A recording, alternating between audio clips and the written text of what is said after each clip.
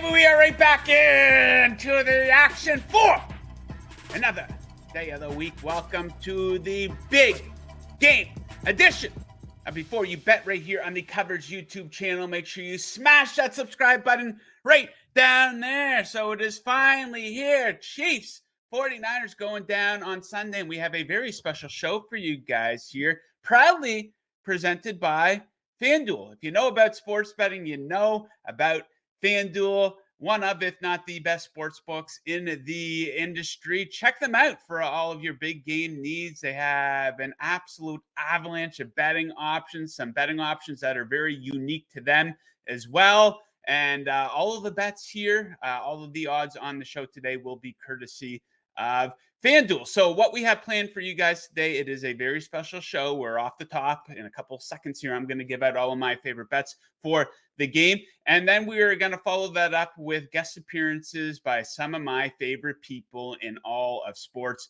betting media, giving out their favorite plays for the game. So we are going big for the big game, proudly presented by FanDuel. Okay, no more small talk. Let's get right into the action. Let's start off with my pick for the game itself. I am going to take the Kansas City Chiefs, not just to cover the spread, but to win this game outright. Going to take them at plus 110. They have the better quarterback, the better big game head coach, and they do have the better defense. Plus, this is their fourth Super Bowl appearance in 5 years. This is a business trip to Las Vegas for them to seal the deal. Take a look at the current form of the two teams here. San Francisco needed a lot of breaks to get here. Meanwhile, Kansas City is absolutely peaking. 49ers defense allowed almost 800 yards to the Packers and Lions, but a lot of things went their way in those games. Poor play in the red zone by Green Bay, missed field goals, balls taking funny bounces, receivers dropping easy catches, untimely fumbles, and questionable play calling on fourth down. Chiefs, meanwhile, have looked nothing like the team that sleptwalked through the regular season. The Dolphins game wasn't close. Wins in Buffalo and Baltimore as an underdog, and they bark loud as a dog. Check them out. The Chiefs have been an outright winner in 16 of their last 22 games as an underdog. I expect them to continue that trend here on Sunday versus the 49ers.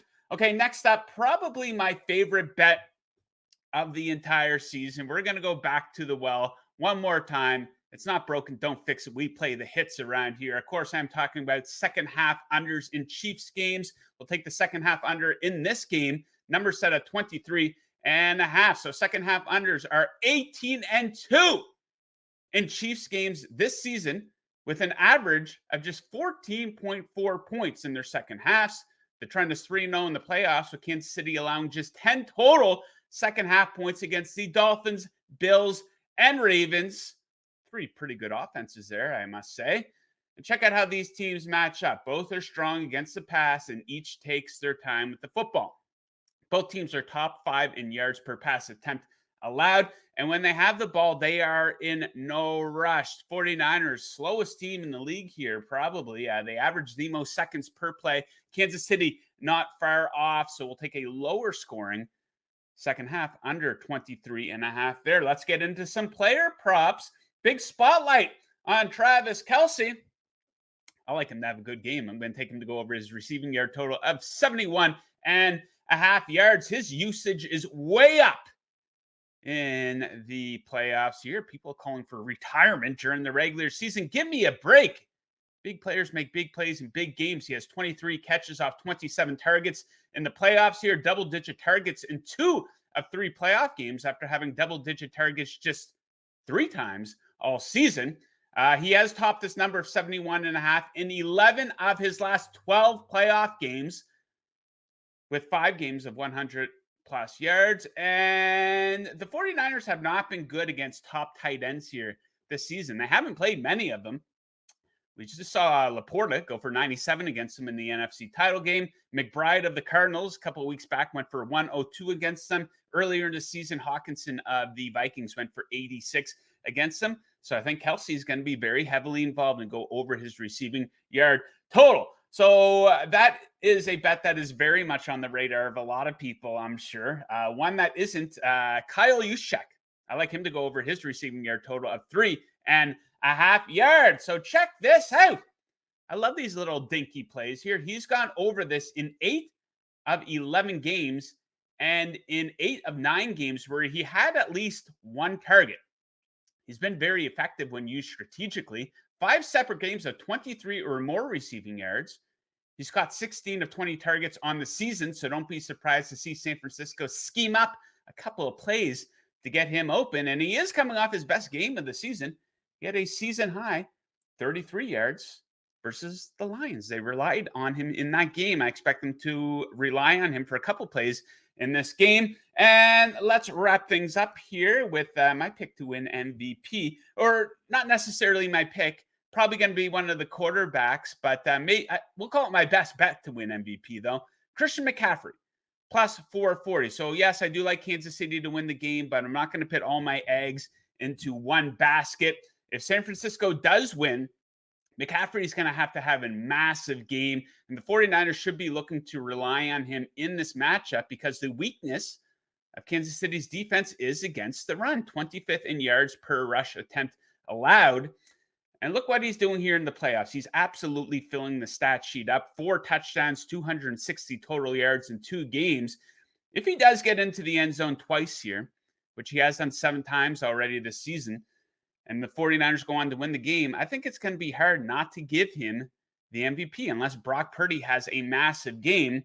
And of course, he's offering a much better number than Brock Purdy, plus 440 for Christian McCaffrey to win MVP.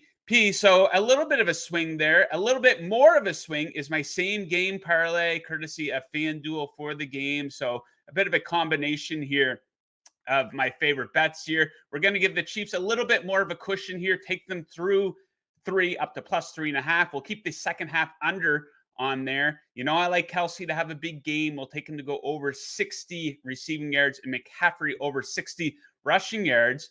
Over at FanDuel, works out to plus 522. So there you have it. 6 best bets for the game. I cannot wait.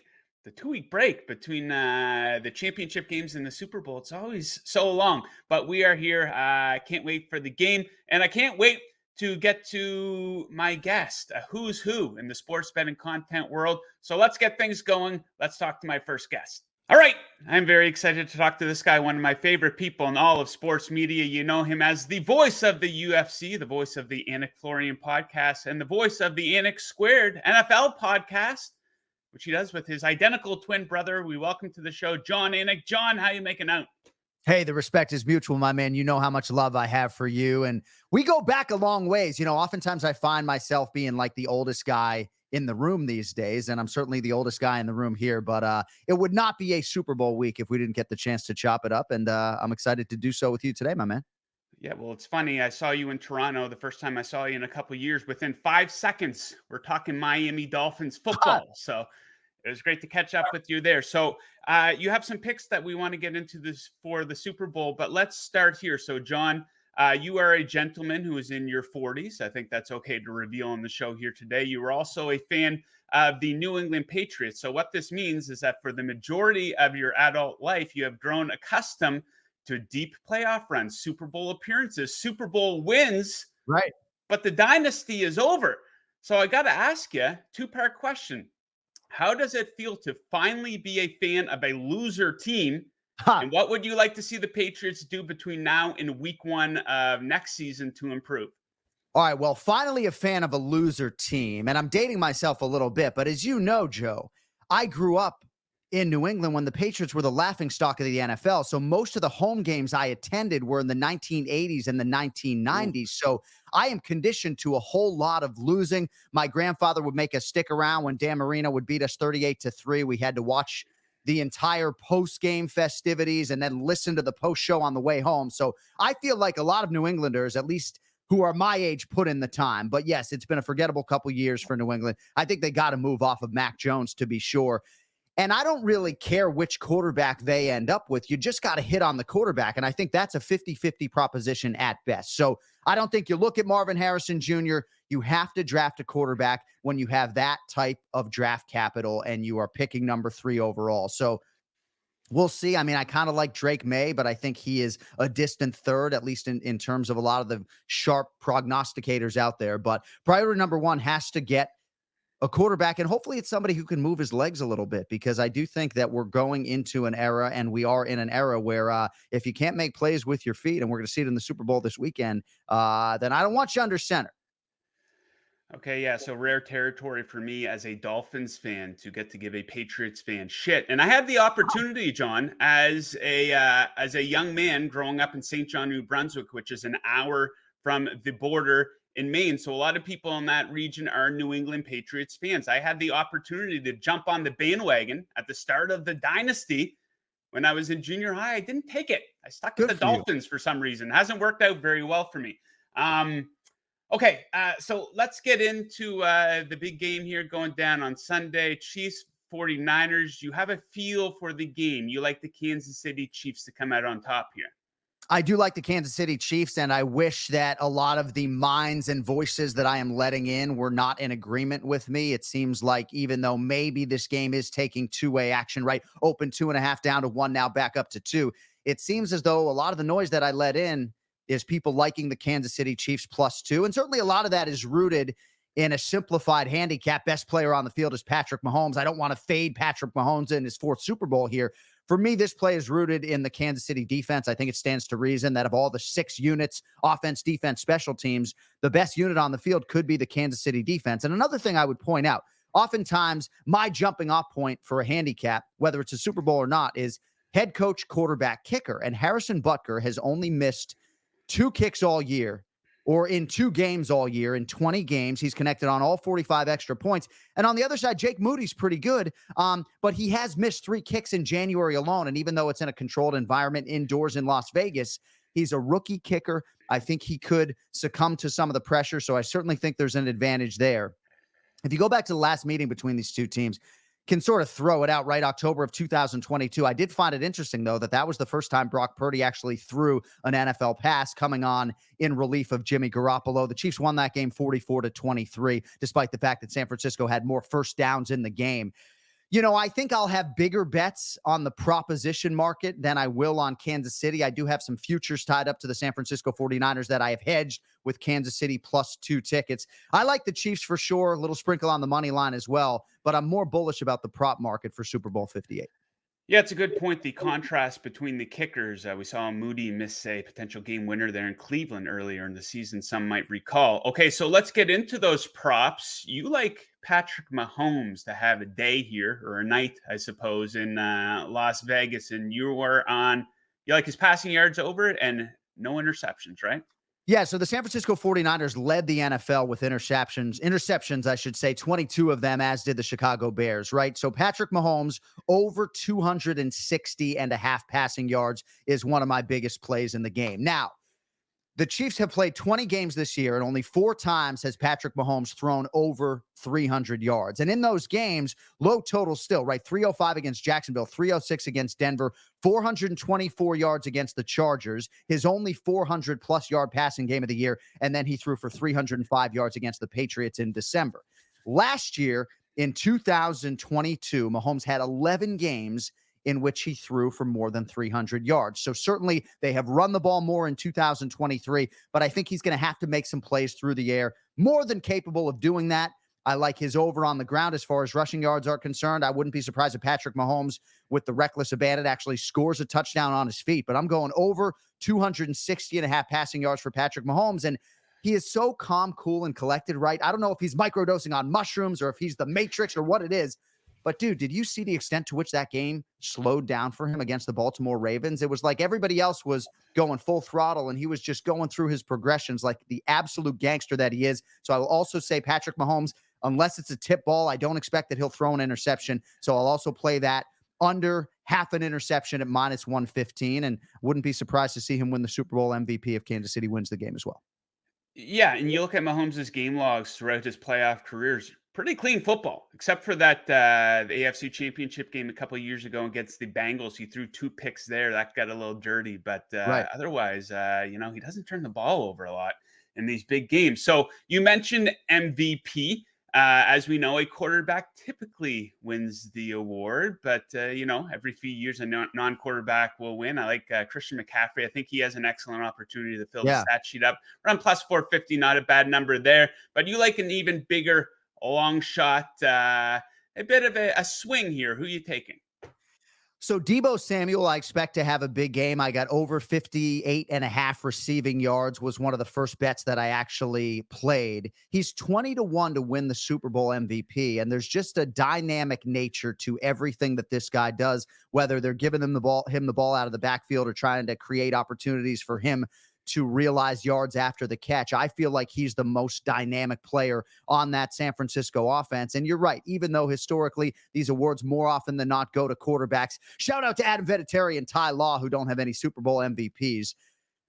I really believe Deebo Samuel has a great chance to absolutely explode. There's undeniable connective tissue with him and Brock Purdy. I think those guys are only going to continue to realize success together. So yeah, I see value on Deebo Samuel 20-1 to win the Super Bowl MVP. And I like over 4.5 receptions for Deebo Samuel as well. I know in a lot of spots it's juiced to minus 135, but I'm bullish on Deebo Samuel's chances to have a huge game. And even though pistol to my temple, maybe I like Christian McCaffrey on the San Francisco side. Deebo Samuel, hard for me to ignore that value at 20-1.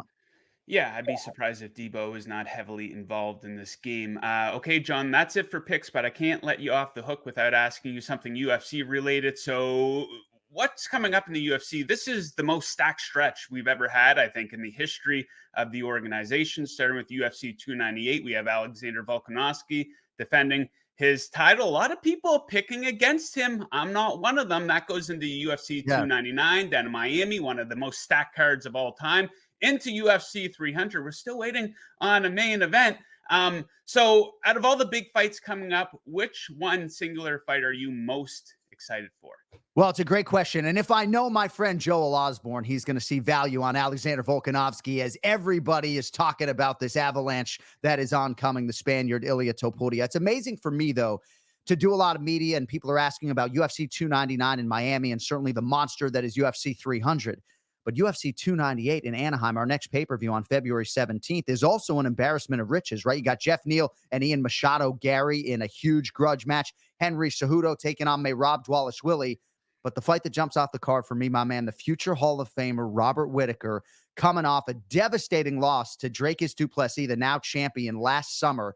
And now he's facing Paulo Costa. And for me, on any given Saturday night, Paulo Costa can be the best middleweight in the world. Looked fantastic his last time out against Luke Rockhold. So that, to me, is the fight of this first quarter relative to my expectation that nobody is really talking about. So I'm focused on UFC 298 with respect to Miami and UFC 300 and everything else. And Robert Whittaker, Paulo Costa could be absolutely electric. And Whittaker is sort of laying the foundation that he really wants to hurt the man, and certainly putting a lot of things on the blackboard for Paulo Costa to potentially take advantage of. So I'm excited for 298 coming up in a couple weeks here. Robert Whittaker by decision will be my pick. There you go. For that fight right there. Get a little bit of extra value instead of just going with the straight Right. money line bet. Okay, John, we will leave it at that. Actually, before you go, though, we know we can find you as the voice of the UFC on all the big cards, but tell the people about the other stuff that you have going on and where they can find you. Well, thank you, buddy. We got the Anik and Florian podcast now twice a week. We also have a watch party coming up this weekend on the eve of the Super Bowl. Anik Squared, an NFL podcast that you can find Joe Osborne on as well. We do that weekly, 5 picks against the spread, and we have a Super Bowl special coming out this week. And I just want to say in closing, I live down here in South Florida, and perhaps I have softened as a sports fan, but a lot of these Dolphins fans want to give me shit as a Patriots fan. I'm taking the high road. Like, I want to see this franchise realize success, and I never thought moving here would have me developing a soft spot for the Miami Dolphins, but that's exactly what has happened. My kids, all their friends are Miami Dolphins fans, even if they're in a Patriots household. And I don't know, I like Tua, man. I didn't like seeing them get ravaged by injuries, and I do hope that the Miami Dolphins largely keep this core together, because it's crazy to say, but even this Bostonian, I got a small rooting interest for the Dolphins at this stage of my life. Yeah, they are likable. You see the helmet right there behind me. Head They coach just got to is a get. stud, they got to put it together at the end of the season and stay healthy. That will be key. That's been a big part of their downfall the past couple of years. Okay, John, we will leave it at that. Thank you very much for joining us, and we'll catch you again. I'll be on your podcast here this week, so we'll talk to you then. My man, thank you guys. All right, next up, it brings me great pleasure to be speaking to this man. He is the second most provocative man in all of sports betting. He is the pride of Coldbrook, Nova Scotia, and he is a former Wendy's employee. Iain, welcome back to the show. And before we get into your bets, I must inform you, you were making history here on Before You Bet. This is your third appearance on the show. That is an all-time high for a non-regular. So that must be very exciting for you. How are you making out? I'm doing well, Joe. Yeah, I'd like to dedicate this appearance to Wendy's Coldbrook, my former place of employment in my final year of high school. I actually just ate Wendy's last night, so shout out Wendy's. Junior bacon cheeseburger, baby. A couple of those. Hit the spot, absolutely. Okay, Iain. I guess I'm kind of happy to hear that we're on opposite sides here. Not because I like to fade you. It's because it's good to have a little bit of contrast on the show here. So I like Kansas City Chiefs. I think they're going to win this game outright. I think they got a lot of things going for them in this game. But you like the 49ers to win and cover the spread. Tell me why. Yeah, listen. It's hard to go against Patrick Mahomes. For some reason, though, I've decided to do it time and time again. I'm a contrarian in that way, but at the end of the day, I have to continue to handicap games like I handicap games all season, like I've handicapped games now for a number of years. And that's to trust the metrics, Joe. And the stats tell me that the 49ers are the better team. All season long, it was the Ravens and the 49ers were the two best teams in the NFL. I don't think many people would have said the Chiefs were better than the 49ers during the regular season. We can't have a short memory and think of only the past couple of games. We got to think of the season as a whole. And when you look at a lot of the metrics for the 49ers, including my favorite stat, Joe, one of your favorite stats too, net yards per play. Who's first in the NFL? The San Francisco 49ers. Also first in EPA per play, success rate, drop back EPA, first in red zone offense, third and third down offense. This San Francisco team, specifically their offense, is the best in the NFL. So I'm going to trust the metrics and back them to once again beat Patrick Mahomes, or at least I'm going to bet Patrick Mahomes once again to lose. Is it going to work out for me? I don't know. I'm not super confident in this play whatsoever, Joe. I could definitely foresee a future where on Sunday night I'm feeling like an idiot for not just betting on Patrick Mahomes, because that seems to be the easy thing and the right thing to do. But I'm going to go a little contrarian. I'm going to trust a lot of the metrics that tell me the 49ers have been a top 2 team all season, maybe top 1. So I will back them to win and cover this 2-point spread. Yeah, when you look at the bigger sample size, I do think it's fair to say that the 49ers are the better team. But the Chiefs, I think it's fair to say they're entering the game in much better form here. Yep. So it'll be interesting to see how things shake out here on Sunday night. Okay, let's get into a couple of props. One that we agree on. You like Brock Purdy to go over his rushing yard total. Why do you like this bet? Yeah, well, first of all, I think the weakness of the Chiefs defense, and I think we all know this by now, I'm not, breaking any news here, but it's to run the football against them. It's something that for some reason the Ravens didn't do against them. I'm going to hope the 49ers do it against them. And that could include Brock Purdy running the football himself. He's actually kind of discovered his inner scrambler in the postseason, ran for 14 yards against the Packers, 48 yards against the Lions in the conference championship game. And we know how good the Chiefs secondary is. So I could envision more than once Brock Purdy drops back to pass in this game, can't find anyone open, and he's forced to take off with his leg. So it's a pretty low number, 12.5. I'll take the over on that, especially based on how much he's run in the 49ers' first 2 playoff games. Okay, let's wrap things up here with a bit of a weirdo bet, but you think a sneaky spot here for Nick Bosa. What do you like for him? Yeah, this is a weird bet, but to be honest, it might actually be my favorite bet for the entire Super Bowl. It is for Nick Bosa to go under 0.25 sacks. So he can't get any sacks, can't even get half a sack. He's actually had a little bit of a down year in the sack department.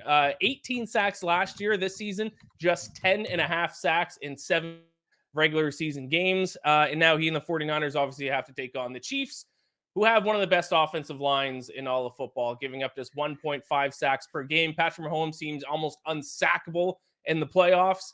So yeah, Bosa, even though, a lot of people talk about him, he can be a disruptive player, only 10.5 sacks in the regular season. I don't think he's going to be able to take Patrick Mahomes down. I'll take under 0.25 sacks for Nick Bosa. Okay, Ian, let's end with this. You have got to be the most cursed sports fan that I know. We take a look at your background there. We see the Maple Leafs. They haven't won a Stanley Cup since the 60s. They urinate all over themselves in the playoffs after having a great regular season. The Falcons 28-3 rings a bell, I'm sure, to a lot of people. And the Blue Jays are creeping up the cursed ladder. Have you seen them in the playoffs the past couple of years? The whole Shohei Ohtani nonsense. So out of your three teams here, which of those teams do you think is the most cursed? That's tough. I think I would have to say the Maple Leafs, because the Maple Leafs are supposed to be, Toronto is supposed to be like the mecca of hockey.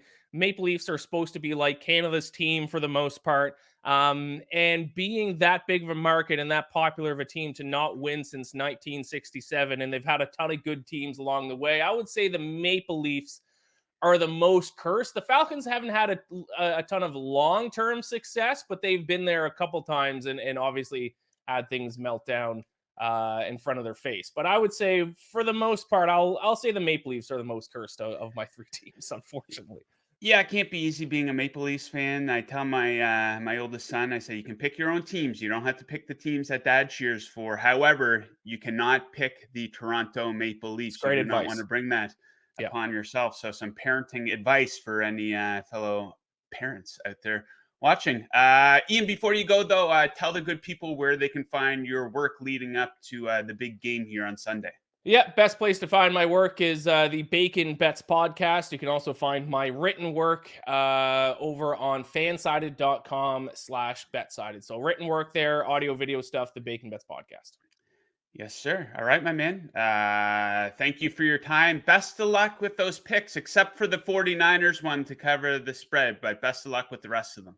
Thank you, Joe. Good luck to you as well. Okay, next up, let's go to one of our regulars here. He joins us every Friday on the show, and of course is joining us for the big game special here. Let's go to our guy, professional sports bettor, Hitman. It's your final appearance of the season. I'm going to miss you, buddy.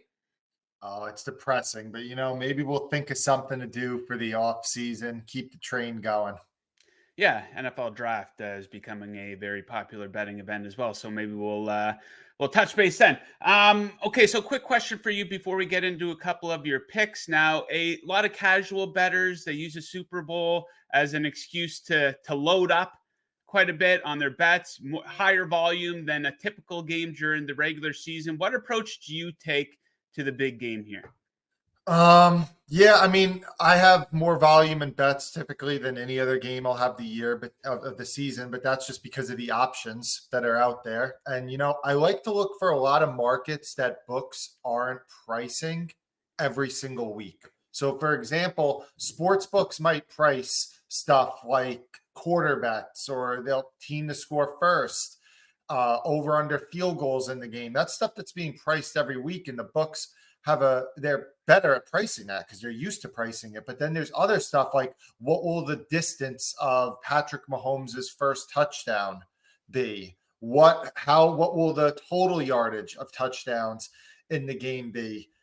First quarter lines for specific player props. There's so much stuff that books aren't used to pricing that if you can price that better than them, then you can have an advantage. So I'm looking for a lot of stuff that isn't normally priced and seeing that if I can price it better. Okay, good tip there. So a lot of people coming on the show giving out overs for their prop bets. You have a couple of unders for us. I love under bets. Let's start with Brandon Aiyuk. You like him to go under his receiving yard total? Yeah, just a caveat. If you are betting unders also, you might want to look closer to game time a lot of times, especially on public players like a Travis Kelce. You're probably going to get a better line on his under. Just a little tidbit. But Brandon Aiyuk, I like him under. Kansas City has faced 8 wideouts who rank top 12 in yards per game, and they've held all 8 to 25% below their season average. That stat is from my buddy Cleve TA.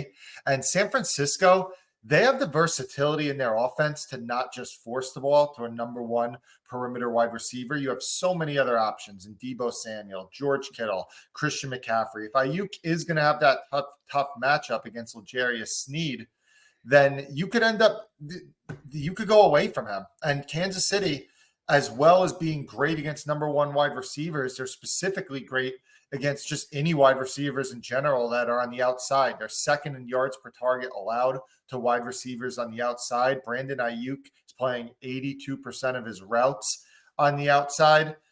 I think that it's another number one wide receiver that Kansas City has some success with. And I think that Purdy has the weapons to just go away from Snead if Snead's going to end up traveling with Aiyuk on the outside. Okay, so a very popular prop bet that I've heard kicked around in many circles is a lot of people like Brock Purdy to go over his rushing yard total, but you do not. Tell us why. Yeah, so this is one that's been getting bet up. And this is another one. Maybe you could wait till game day and you could even get a slightly better price than what I'm getting. But Brock Purdy, he's played 27 career games. He started 27 career games. He's went over 12 and a half rush yards 5 times in 27 career games. Now, he's 3-2 to the over in his playoff career. He's went over 2 games in a row. That is being accounted for in this number. I mean, this is a player that the last 2 weeks, his rushing yard number closed 7.5 and 6.5. Most of the regular season, his number was 5.5 to 6.5.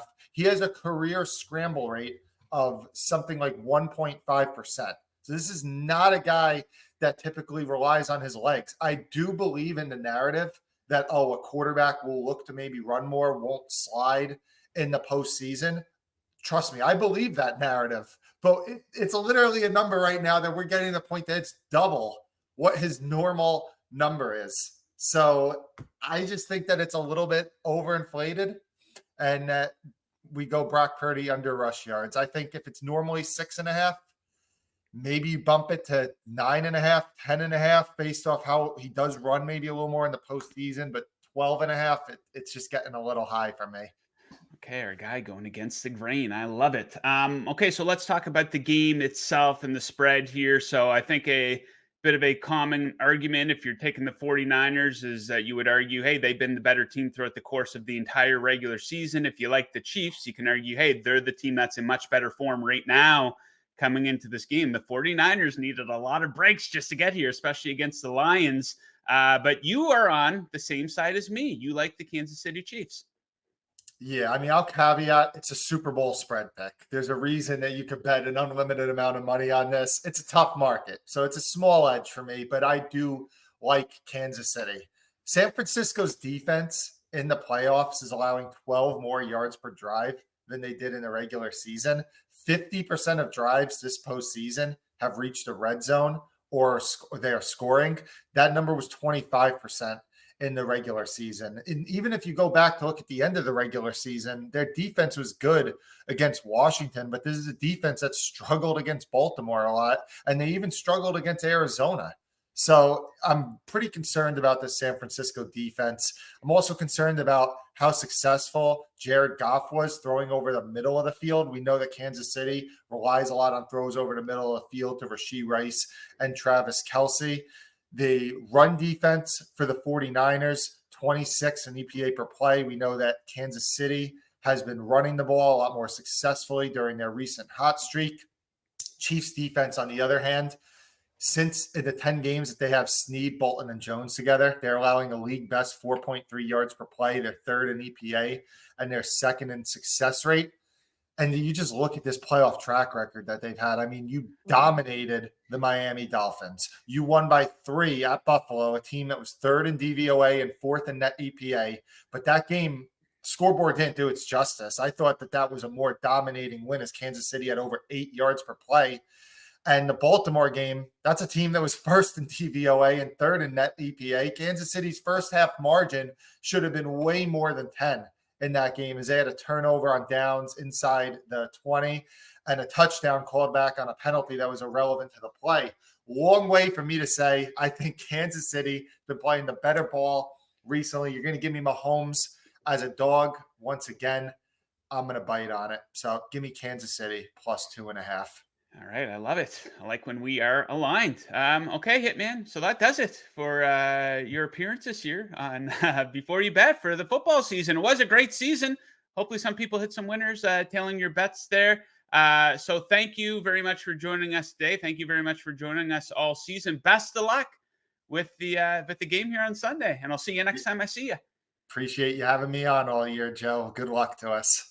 All right, joining me next, one of the best in this business of sports betting content and host of You Better You Bet, my guy, my old friend, Nick Kostos. Nick, how you making out? My man, great to be on with you. Happy Super Bowl week. And yeah, like for people that don't know, Joe and I go back, has to be like a decade at this point, right? From like odd shark trips to Las Vegas. I can't see the guns here, and I'm talking like his biceps right now, because like back, I gotta tell you, man, because back I got some pictures of you from some of these Vegas trips. My man was yoked. I don't know if you still got the guns, man, but yeah, that's what I remember from Joe. Great guy and just like massively huge biceps. Well, thank you for the shout. It's more of a dad bod prevention mode for myself right now. So guns aren't quite what they used to be. I got to keep them covered up these days. But yeah, some great nights in Las Vegas. I remember how they started. I don't quite remember how they ended. The piano bar. The piano bar at New York was usually the answer to that question. Yeah. Rings a bell. Absolutely. So let's start with this. I know you have 2 picks that we're going to get you to give out, but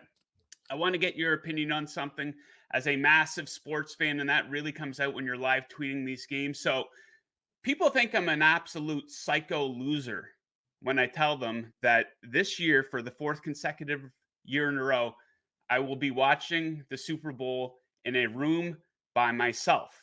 I like to lock into the game, listen to the commentary, take in all the commercials. People think I'm nuts. What do you think of that? No, I agree. I don't go to Super Bowl parties. I watch the Super Bowl at my house every year. The only person that like will come over is like my father-in-law, because like I can't say no to my father-in-law. And then like my wife will hang out also. So the 3 of us usually watch the game together. And like he'll like talk to me during the game a little bit. He's like my father. Like I love him. He's great. I'm not gonna like disrespect him. So like we talk during the game, but I'm 100% with you. Like I need to lock in during the game. And I'll take this a step further. And like I do content up until like 1 o'clock Eastern time on NFL Sundays. Maybe like once a season, I would go to like hang out with my friends on an NFL Sunday. I need to though I call it being in the Matrix. It's like when Neo like goes backward in the chair and they plug into his neck, right? I'm in the Matrix on NFL Sundays. I want to have my stat tracker up. I'm checking like every single drive of every single game. I say on my show, it's the truth. Like you do what we do, Joe. Like the level that we do it. And I'm not even talking like content wise, just like betting wise, fantasy, daily fantasy. Every play of every game impacts us in some way, shape, or form. And I need to be all the way locked in on this. So I'm with you 100%. You are not a psycho. They are psychos. Go to your parties, losers. I'm happy hanging out by myself. Yeah, people will, hey, do you want to come over and watch football? I got a bunch of guys coming over to drink. You want to come over and watch the big UFC event? I got a bunch of guys coming over. Absolutely not. Are you out of your mind? I want to. Well, you're a big UFC guy. Like for me, like I would do that for UFC, but like I know, like you're like a massive UFC fan and handicapper, so I understand. Yeah, my sons are 6 and 4, so eventually they will join me on the couch and they will be encouraged to ask questions and whatnot, so I can teach them about the sport. But until then, me doing it solo. Okay, so let's get into this game. 2 bets. Let's talk about the game. Tight spread here. I think the wrong team is favored. What do you think? I don't know if I'd go that far that like the wrong team's favored. Like I think San Francisco is a deserved favorite in the game, like by less than 3 points. Maybe it'll go to 3 at some point before like kickoff on Sunday. I think it would just get like blasted immediately down. Like I would bet more Kansas City +3 if it appeared. So like I think San Francisco is a deserved favorite. But with that being said, I would like to register my opinion that I like Kansas City more than I like San Francisco in the game. So Joe, I bet Kansas City at open, and I actually think the 2 weeks in between Conference Championship Sunday and the Super Bowl, it didn't hurt me. And we'll see, like, maybe like the game will end and I'll be like, maybe I should have changed my mind. But, you know, this past weekend, flying out to Vegas and then like getting ready for the show on Monday specifically, when like the content is really centered around like the game now, I feel like I kind of caught myself overthinking a little bit because I'm trying to conceptualize in my head how I see the game playing out. And it kind of just led me to San Francisco. Like, I think San Francisco is going to be able to run the ball. And if they're able to run the ball, they can kind of like choke the game out. And maybe it looks similar to the Bucs-Chiefs Super Bowl a couple years ago. Now, Kansas City's offensive line is much better now than it was then. Yeah. So I don't think it would be like an identical game. But I got like a little nervous for a little bit. Like, am I going to change my pick? to San Francisco. And at the end of the day, and this may prove to be like, I don't know, like San Francisco could win 30-3, I guess, right? And it proves to be stupid analysis. But a lot of smart people that I've talked to this week, it doesn't mean we have to be right. I think we all kind of think the same thing, right? And the content shtick that I've been doing, Joe, you ever watch the TV show Lost? Oh, of course, yes. So they wrote themselves into a corner that they couldn't, many corners that they couldn't get out of. But very early on too, but like Yeah. the first couple seasons are I like the whole show, but like it definitely goes off the rails big time. But I love like the bit that they did with Locke and Shepard, right? Man of science and man of faith. And I think if you are a man of science, then you'll want to lay San Francisco in the game. I think San Francisco makes a lot of sense in this game. But if you're a man of faith, it's okay. All these things can happen, and San Francisco can run the ball, whatever. But at the end of the day, you have the better quarterback, the better coach, and the better defense. And specifically, you have Patrick Mahomes. And I just have faith that he's going to pull it out at the end. And when my head hits the pillow on Sunday night, if the Chiefs lose, I can sleep easy knowing that I bet on Mahomes. And if the Chiefs win, I can sleep easy knowing that I bet on Patrick Mahomes. So, look, I don't think this is like the greatest betting opportunity of all time. I would have liked any of the other matchups on Championship Sunday, any other cross matchup from a betting perspective more than this one. But I think this is the best game out of all of them, like the one I'm most excited to watch. So yeah, give me the Chiefs in the game, and I'm willing to lose because I'll sleep better at night if and when Kansas City loses. I love the Lost analogy. Okay. An interesting prop you have for this game. A lot of people seem to like the same stuff. There's a lot of Brock Purdy rushing yards type stuff. I happen to like Travis Kelce, where the number's at right now for his receiving yards total. Seems like a bit of a square bet, but I think the numbers back it up. But you have something very interesting for Deebo Samuel. What are we looking at here? Yeah, I just, it's a little bit of a shot by me here on this, but we've been doing a couple days of you bet out here in Vegas, and some people that I really respect kind of like are on the same wavelength with me on this particular bet, and it's Deebo over rushing yards in the game. I actually think if I had to choose between like the main Niners pass catchers, I think Kittle would be my favorite of the three. So I think this could be a game where Deebo impacts the game more on the ground, and I think it kind of like makes a little bit of sense, right? We know what Kyle Shanahan wants to do. And I mean this as a compliment. And I can like just insult him sometimes. I think he's too conservative in big spots. But like Kyle Shanahan is not going to deviate from what he wants to do. And there's something to be said for that, right? Like we're going to run the football. And they practice running against like 8 and 9 man boxes because in games they run the ball so well that like defenses stack the box, and Shanahan's basically like, you're not gonna, and here's another lost reference for you, like don't tell me what I can't do. Like great, you can try and stop the run, we're gonna do it better than you do it, we're gonna run the ball better than you trying and stop it, we're gonna run into the teeth of your defense. If they do it every game, like we saw it in the playoffs, the last 2 playoff games, that's just what they're gonna do. And the whole thing with Deebo generally is he's a badass man, right? Kick my ass, obviously. But like he's a little injury prone. Like we see it every year with him. And I'm not trying to insult him. He's a phenomenal football player. But there's no next week. Like the next game's in September, the next game that matters. So if I'm Kyle Shanahan, obviously Christian McCaffrey's going to get the ball a lot in this game. But for me, if McCaffrey's not running the ball, Deebo's got to be the guy running it. Like not Elijah Mitchell, not Jordan Mason. Like it has to be Deebo. So I think they're going to ride Deebo Samuel until the wheels fall off in this game against Kansas City, where how can you hurt this defense more?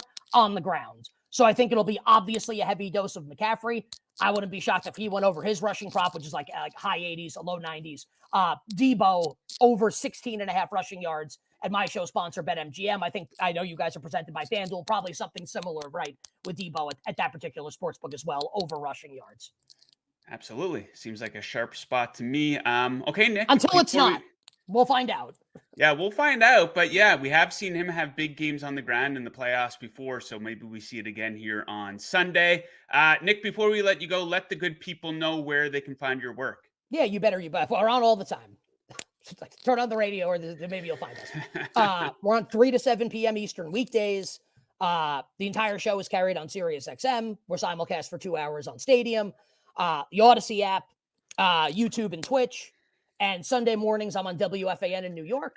And then Ken and I do a national show during NFL season, and we'll do it for college basketball as well on the weekends, 11 a.m. to 1 p.m. Eastern time. Yes, sir. My guy all over the map. Nick, thank you very much for joining us. Best of luck with those bets. Enjoy the game on Sunday. You got it, buddy. Wishing everyone minimal sweats, winning bets. The absolute very best of luck. Okay, next up, very excited to talk to this guy, one of the most entertaining men in all of sports betting, Jon Hyslop from Odds Jam. Jon, a prolific prop bettor, joining us now. Jon, is it fair to call you a sports betting legend at this point of your career? I don't know. I'm no. I mean, maybe one day you need to give me something to be to shoot for. You know what I mean? So I wouldn't go legend quite yet. Although I am pretty old, so there is that. Okay, yeah, building up some experience. Yeah. Okay. So big game, obviously, coming up here on Sunday. 49ers, Chiefs, and there's one bet in particular that you have circled that you absolutely love for Debo. Tell us about it. All right, so this is a tough one because the Chiefs are very, very good against opposing wide receivers. Only 3 teams in the entire NFL gave up fewer receptions to the receiver position than the Chiefs did this season. I'm still taking Debo, though. 6+ receptions, plus 146 at FanDuel. Here's the thing. They were good. The Chiefs were very good, actually, against number ones. That's all over the internet right now. They were good against your traditional receivers. So guess what you have to do? You got to get creative. That's exactly what the 49ers do with Debo. They line him up all over the field, literally everywhere. He could be lined up in the backfield. He's in the slot. He's out wide. He's everywhere you want to be. He just went 8 for 89 last game. I don't see how they go through this entire game and not get him the ball at least 6 times through the air, Joe. Okay, yeah, Debo, he's going to be heavily involved in this game, no doubt about it. Okay, let's get into some fun stuff, some party bets, if you will. What do you have on your radar? I'm not a Super Bowl party guy, by the way. I watch the game by myself. People think I'm absolutely nuts for doing that. Maybe when my kids get a bit older, they'll join me on the couch. But I like to take the game in, listen to the commentary, and really pay attention. But I take it, a bit of a Super Bowl party guy. Was a former Super Bowl party guy. Now that I have kids, we watch at the house. So I have 3 daughters, and then my wife. So kind of watch it. There's food. That's it. It's nice, but a lot of people go to parties, and you got to know the rules. When you bet these things. So the first one is you got to have the coin toss. Okay, but there's ways to do it. You don't show up at a party and have minus 105 on like heads or tails, because you out yourself right away for being a moron. You know what I mean? It's a coin flip. It needs to be even money.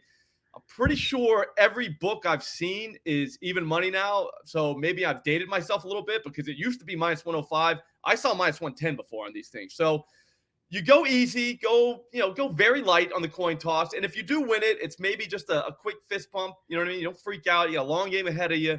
Don't get too excited about it. But yeah, you got to take the coin toss, but you got to get even money.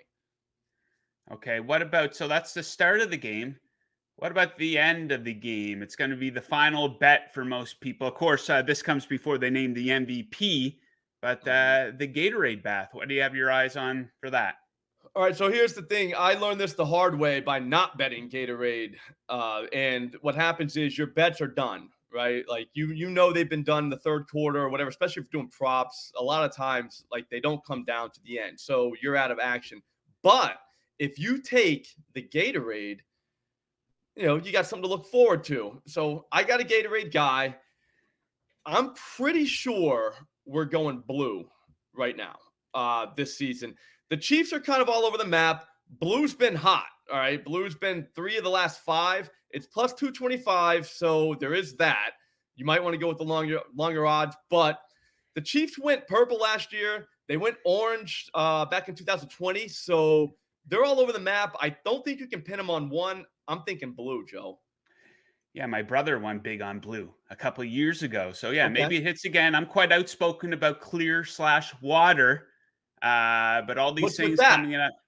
It's I think it's 10-1 over at FanDuel right now, and something I've kind of explained. My theory every year. It's my theory every year. Now it doesn't really hit that often, but it's guaranteed that you're going to have water on the sidelines, but not specifically to each color of the Gatorade. So we'll see what happens. So maybe they grab the wrong bucket. Yeah, Or, maybe you the know, or just players. grab a bucket. Not really the wrong bucket. They just grab a bucket. They just happen to grab the water. Yeah, the players should Okay. want to make a bit of a show out of it, to be fair. And it's a much better visual scene if it's like a colorful liquid as opposed to water being splashed down I agree. on the head coach, right? So, Everything's yeah. happening quick. You just won the Super Bowl. Maybe you pick up the, you just grab it, whatever. At that point, you just got to, you got to dunk the coach. Okay, I might be able to get behind that. Okay.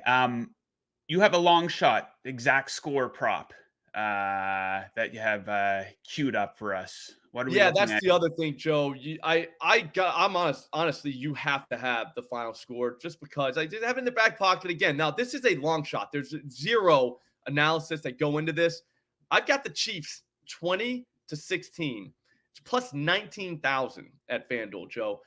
Ooh. No analysis whatsoever. I just think this thing's going to be low scoring. I think the Chiefs do win somehow, some way. I mean, it's Patrick Mahomes. I don't want it to happen like that. I kind of want the Niners to win, but maybe this is my way of making that happen. But 2016 is my guess, because that's literally what it is a guess. Another rule, though, you don't disclose this if you're going to a party. Nobody wants to hear what you need to happen on every drive. This play's not going to hit. You know what I mean? So, like, you're not telling everybody what you need to have. Like, that's going to wear out its welcome very quick. Again, it's only impressive if the thing hits. So after it does hit, that's when you say, oh, no shit, I got it. You know what I mean? Like one of those. But that's it, okay? So keep that in mind if you do ever go to a party. And that's a good note. If you are a person going to a party, you don't want to be the guy talking everyone's ears off. There's some people who want to lock in and pay attention to the game. If you want to talk to everybody, take it outside of the main viewing area is what I would suggest to the people out there. Okay, Jon, some great stuff from you today. Thank you very much for joining us. Before we let you go, though, tell the good people where they can find your work.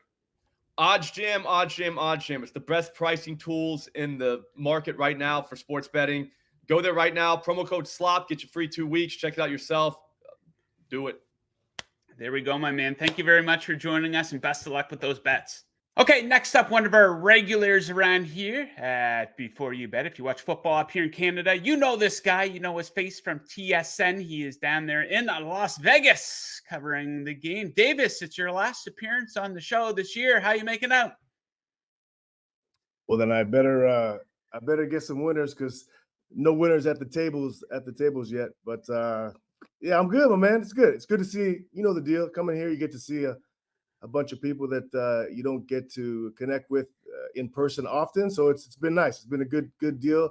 The media party last night, the best that I've ever been to. Guys who've been going for 20 years also think it's up there. They put on a for real spread. It was at the F1 track venue. Okay. And we're talking, I mean, I don't know what the bill was for that thing, but we're talking a whole convention center full of booths with food and alcohol, and the Blue Man Group and dancers and singers and the Jabberwockies. It was crazy. It was well done. Okay, so it's basically you go in for free, all you can eat, all you could drink. You could really go to town, and a lot of big names there, I'm guessing. I mean, I don't know about big names, but names our friends. People. It was good. It was nice, man. A lot of people in the industry, and yeah, it was cool. The biggest name was Arash Madani was there. Oh, of course. Okay. Well, we got him on this show too. So we got all the heavy hitters coming on the final show here for the football season, including yourself. Okay. So speaking of heavy hitters, you're coming in heavy with a name here that no one else has brought up. We've had a handful of other sports betting professionals here on the program, and no one has brought up the name Justin Watson. But you like him, and you will be betting his receiving yard prop in this game. Tell us about that. Yeah, absolutely. So taking a look at what the big matchup that everyone's talking about, football and outside, is Travis Kelce. We know the Niners, they're going to focus on, how they can, especially on third down, how do you stop Travis Kelce? I found a couple of numbers of interest, and you look at the Niners defensively, what they will do. We'll see a ton of cover 3. We'll see cover 4 and cover 6, essentially the same thing. So when you have, meaning cover 4 and cover 6, and you have a lot of that right now, so far in the playoffs, Travis Kelce Cover 4 targets. We had 8 targets. Cover 3 targets. Cover 3 targets. We had 8 targets of cover 3, 8 receptions, 105 yards, 2 touchdowns. So that's, those numbers. And then the cover 3, it was 4 targets, 4 receptions. So basically those 2 coverages, cover 3 and cover 4, which are the 2 coverages the Niners play the most. Travis Kelce in the playoffs and Mahomes together, obviously, are 11 for 11. And just, they're unstoppable. What they do, a lot of it has to do with the chemistry they have. I talk about, defensively, for me, early in my career, it was always understanding what my job was on every snap, especially zone coverage, understanding, what my reads were, 3-2, 2-1, whatever it was. As you become a vet, it's now understanding what the whole defense's job is, and more importantly, what the weakness of that zone is. Well, Kelce and Mahomes together, they understand this so well, and the body language, they work so well. I don't think there's any shot that you saw it in the first half of last game. Against the Ravens in the first half, they were diced in zones up. And if the Niners, who want to play zone, line up in zone coverage, they're going to get diced. Mahomes and Kelce in particular, they're just too good. So I think you gotta get up. If I look at coverage-wise, what am I going to see? I think we're going to see a lot more man. I think we're going to see you bracket Kelce.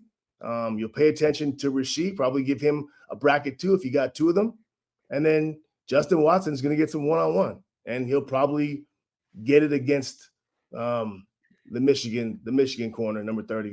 What's Michigan's name? Anyway, the other corner, the third corner, he's the nickel. Lenore comes from the nickel, moves into the slot. That's Thomas. Ambry Thomas is the guy. But anyway, Lenore, who's the starting corner, goes into the slot, and Thomas goes outside, and we'll see some Justin Watson. And that's a great matchup. They get man coverage against their weakest corner. I love the matchup. And the number 60.5, I like that number.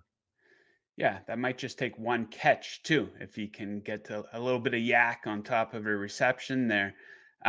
Okay, Davis, in and out, just like that, just like the way I like to do it.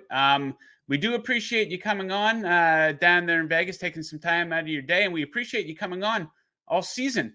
We're going to miss you. We were saying before we came on there, do you cover college basketball, some baseball, some NBA, but you do not, some well-deserved time off coming up. So what are you going to do with no football here to watch? I know CFL is kind of right around the corner a little bit, but you have a little bit of a break here, right?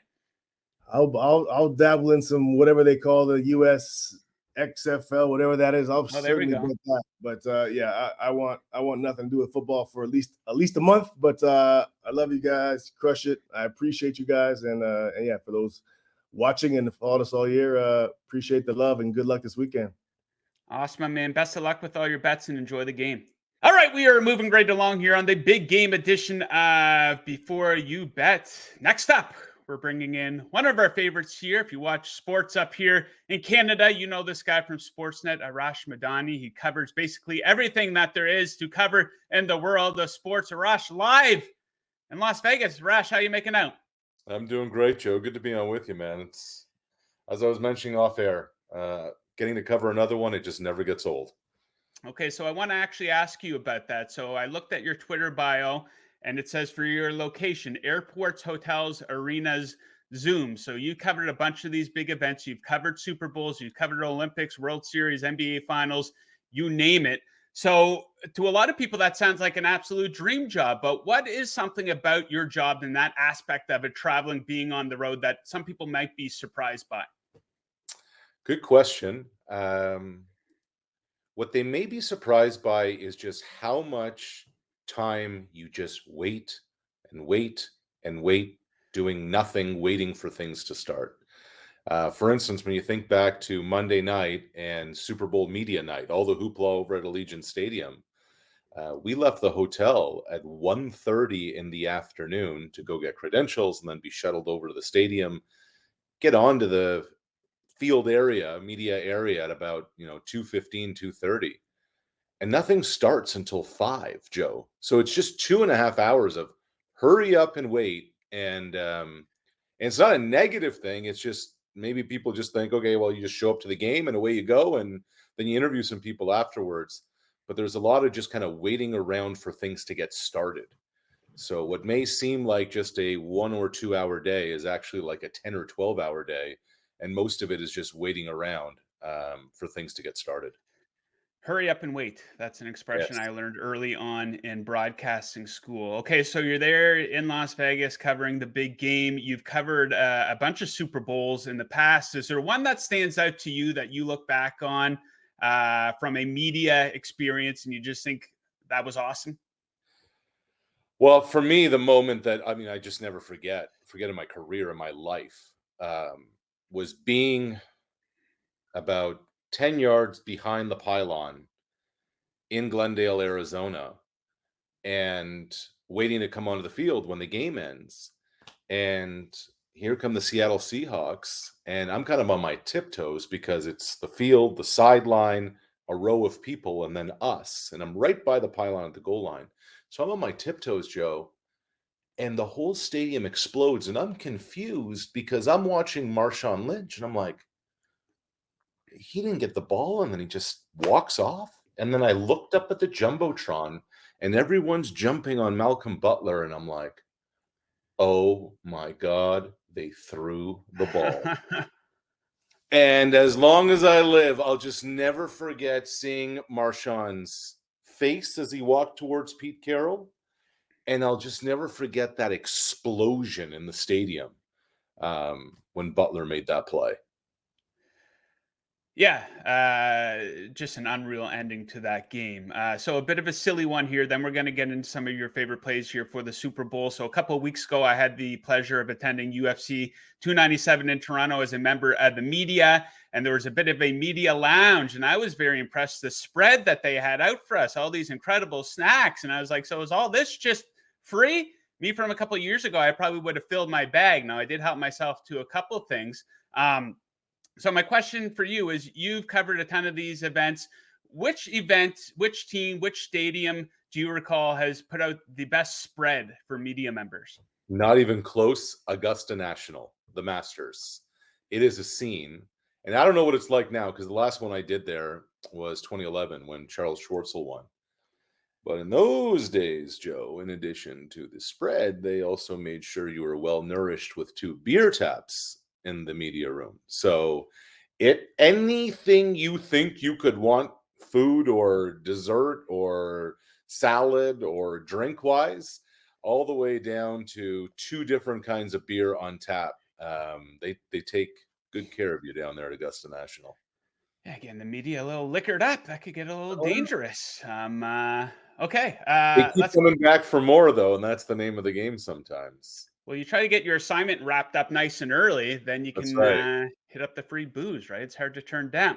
That's it. Okay, so let's get into some of these best bets. You have 3 props that you like. Let's get started with Pacheco. You like him to go over his number of carries. Yeah, and when you think about how Kansas City's season turned around, remember Christmas Day, they lose to the Raiders. So at that point, Casey had lost 3 of 4. Andy Reid had already been fined. Mahomes is throwing his helmet all over the place. It felt like they were coming apart, going down to 9-6. And then afterwards, Andy Reid completely changed what they were doing on offense.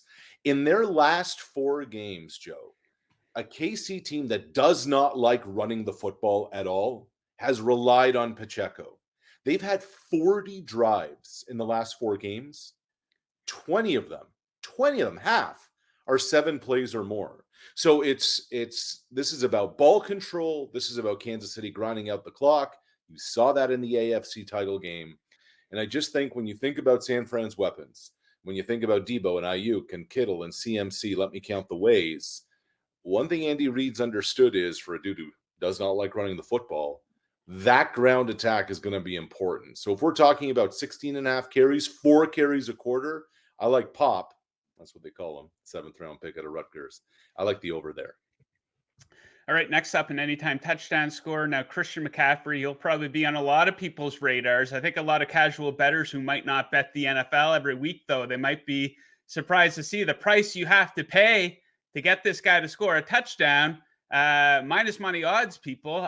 But you have an interesting way where you think you can extract a little bit more value to take him to score. So break this one down for us. Yeah, a little bit of value. You get plus money if you do CMC anytime first half into the end zone. And I just think, Joe, after how San Francisco lost the Super Bowl to Kansas City 4 years ago and blowing a double-digit lead in the fourth quarter, and just the way San Fran season's kind of gone, I just think Kyle Shanahan's over himself. I think if they get in the red zone, especially inside the 10, they're just going to give it to McCaffrey and say, go.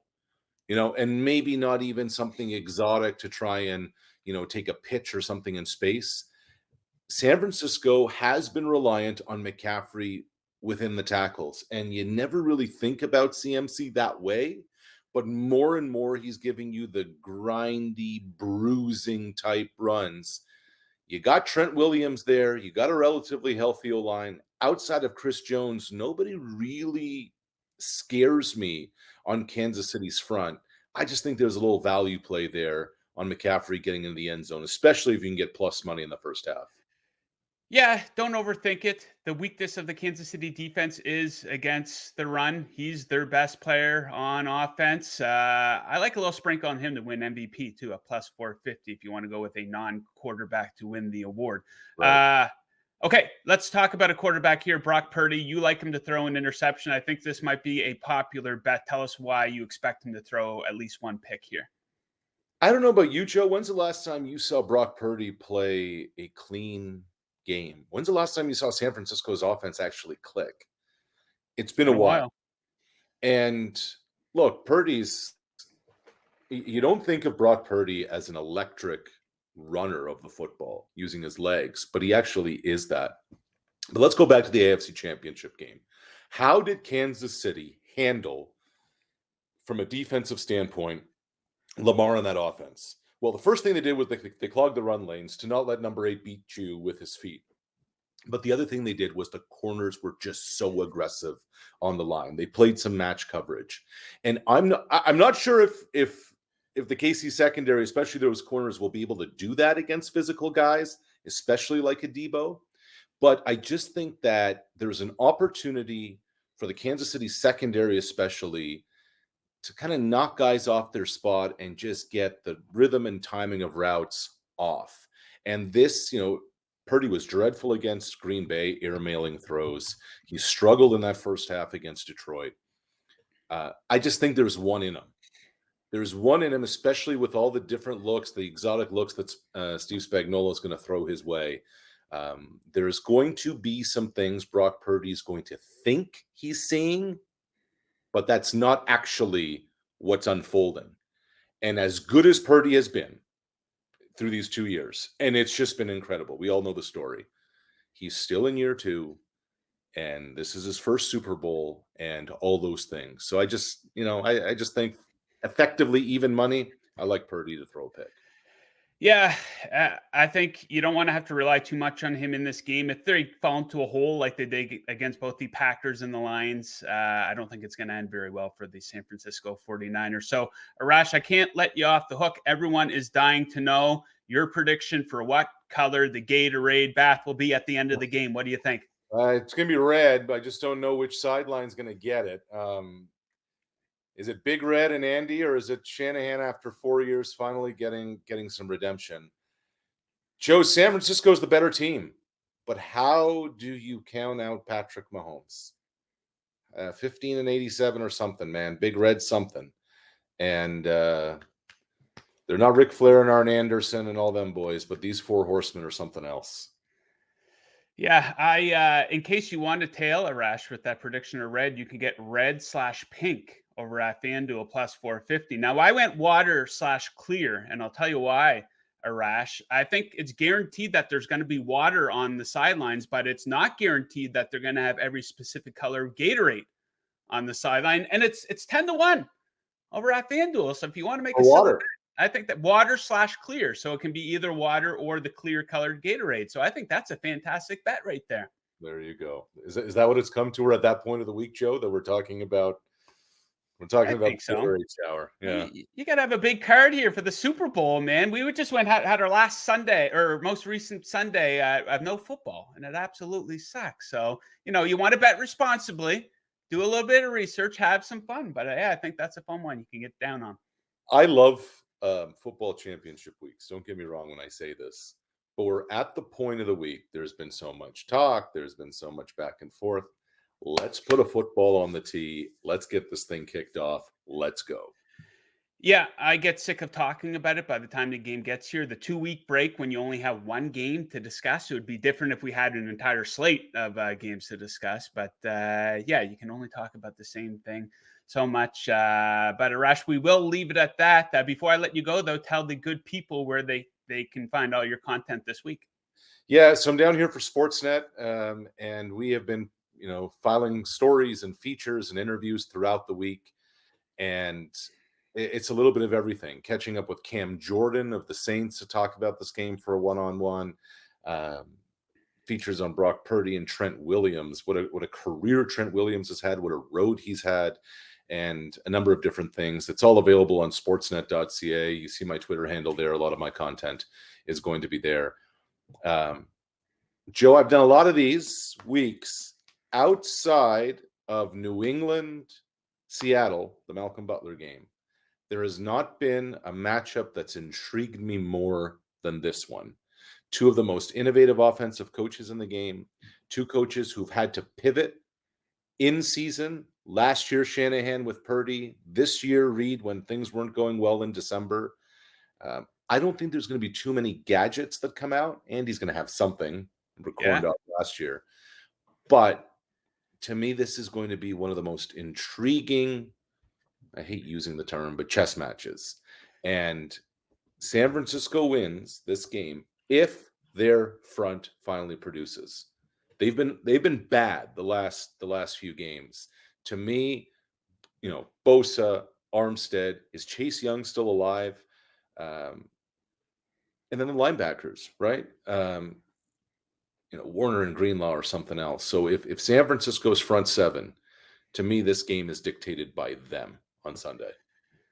Okay, there you have it. Predictions galore from our guy Arash, who is on the ground in Las Vegas, covering the big game. Arash, best of luck on the beat this week, and best of luck with all those bets as well. Thanks, Joe. Okay, that does it for the big game edition. Up before you bet right here on the Covers YouTube channel. Special thank goes out to Fanduel for sponsoring the show. Make sure you check them out before you get all your bets in for the big game. And a special thanks goes out to all the viewers for not just watching this show, but for watching us throughout the regular season and playoffs. The show does not exist without you guys. So thank you very much.